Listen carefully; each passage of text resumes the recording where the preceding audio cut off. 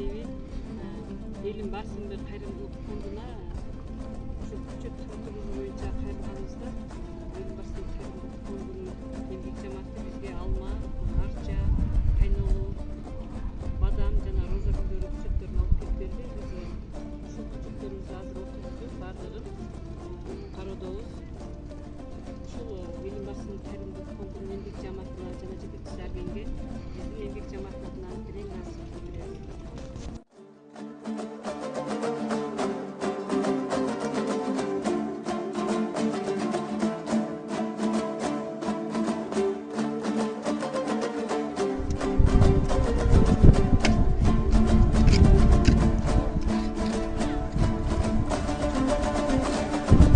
Элим барсын кайрымдуулук фондуна ыраазычылык билдиребиз.